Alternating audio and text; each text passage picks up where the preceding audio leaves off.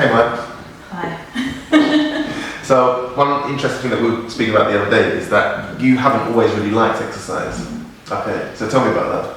So growing up, I was probably a typical gamer. I would spend a lot of time indoors, mainly on the PlayStation. My parents would always try and get me out, which I detested. Which a lot of parents are struggling with at the moment with their kids. Reluctantly would go on walks, so I would make it hell on earth for my parents when they took me on a walk and complain about it for a very long time after.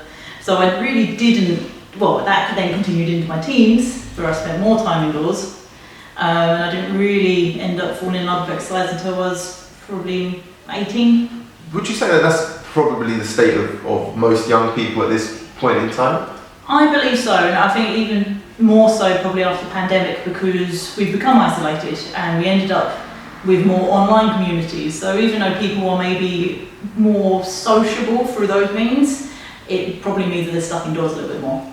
And what changed for you? Because obviously now, how many hours a week would you say that you're active? And you run spin classes online as well, and there's really good clients here. Yeah, with that, I mean, I train 6 days a week, sort of a mixture of weightlifting, aerobics, dancing, yoga. So I really do try and put everything in. Okay, so what changed? So what changed? In reality of it, it changed because of a dislike for my body and how I looked and sort of my function and form. I realised that I couldn't continue down the path I was going down. Why not? Well, it was unhealthy. Okay. From the start, it was going to put me into a bad spot.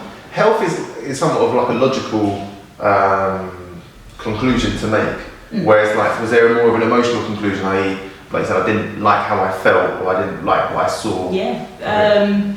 It was back in sort of the time, I'm making myself sound old now, but it was back in the time where a lot of music videos, celebrities, all that were very slim and sort of athletic looking and all that kind of thing. And then you sort of look at yourself and realise you don't look like that.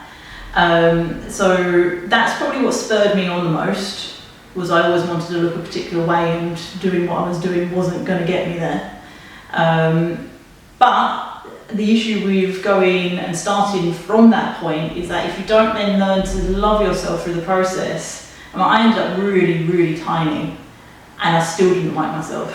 So there was a big journey to go on with that. So the issue was more with your perspective rather than that? Okay. So when did it start to become more healthy for you, and what changes did you make for it to become about health rather than it be about appearance? Took a long time. It did take a long time, and when I say a long time, I'm talking 5 years, probably even longer than that, because it got to a point where I was exercising so vigorously and intently, maybe not eating the right things, probably drinking a bit too much, that it was always going to be a problem if I continued to try and keep that up.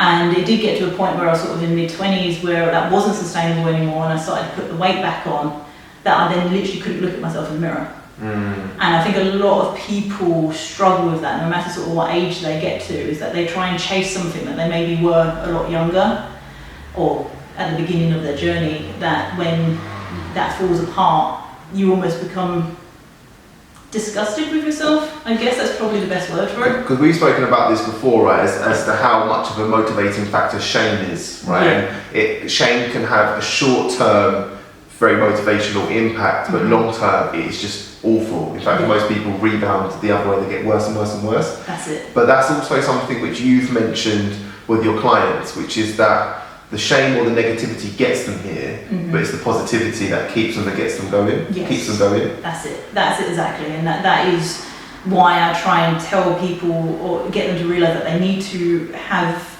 they don't even have to have love for themselves, but at least peace with themselves throughout the process.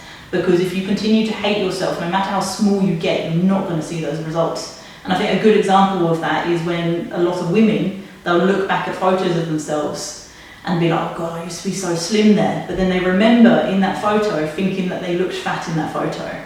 Yeah. And I think a lot of women go through that. And I remember that distinctly as well. So I have a very sort of, there's a picture of me that I took as my before photo. I was tiny. And I remember thinking, I'm fat. So you can't hate yourself into happiness. It doesn't work like that.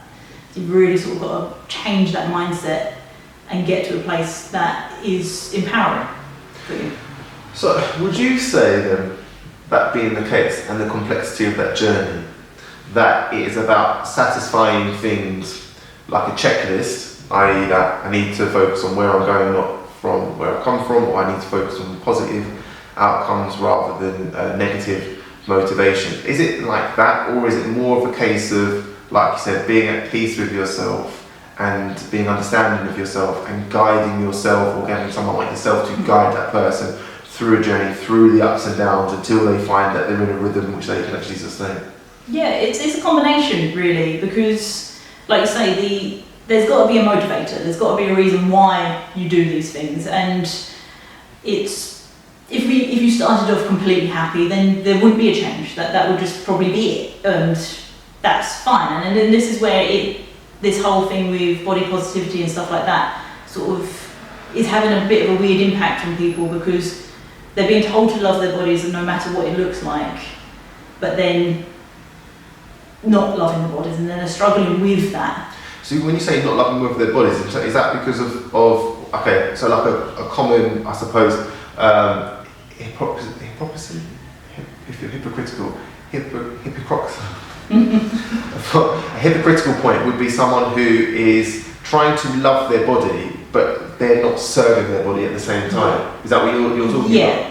So it's one of those that I said, with sort of my journey through fitness and exercise, it was a long time to get to a point of finding what I actually enjoy. So I think that plays a part in it, is that you can be trying to love your body, but then you can be working out to a point that you're just destroying yourself, and you know, doing exercises you don't enjoy, doing things that just really aren't particularly serving you mentally, and therefore you're just making the whole process a drag, and therefore it's very difficult to love yourself in that process if you're not enjoying the process. And that's why I think it's important to, you know, have that catalyst, have that beginning point, and then try and merge it into something that you enjoy and something that you will continue doing because you like it. And how do you help your clients to find joy in movement or health? Yeah, it's empowerment. I think it really does come down to that, because when you find something you enjoy doing, keep doing it. You know, in terms of health and fitness, one of the things that I enjoy doing is dancing. Love dancing. And it's a way of escaping and everything like that. And somebody else might find that in powerlifting or CrossFit or HIIT training or anything like that, or jiu-jitsu being a very, very big one that people tend to go down, is that try it. Try all these different elements, try all these different aspects, and you will eventually get to one that you like. And this is what I try and do with my clients, is that I will take them through a session where we cover lots of different ways of training, because then at least they can be like, all right, I really like that bit, let's do more of that. So then that's how I can sort of tailor it, and I think that's important when it goes through anybody's journey, learning anything. And if, for people watching this, if you were to give them just a few tips just to get them started, what would you say? I'd say, well, try things. That's the first thing. Take that first step on getting yourself to a class or booking in with me. You know, give little things a go. Doesn't mean that you have to give it all you've got. You can quite literally, say your goal is to go to a gym. Literally go to a gym. Don't go there with the intention of working out or anything like that. Try it, give it a go. Just move into the space, see how it feels. If you like it, brilliant. If not, try something else. And if someone wants to reach out to you to talk to you as to how they can progress their health and fitness goals? So you can reach me here at Revitalize Clinic. You can book in for a 30-minute consultation, which is completely free, just to have a bit of a casual chat on what it would be you'd like to do going forwards. And you can either email in, you can call in, or you can book in online. Thanks for watching. Cheers, man.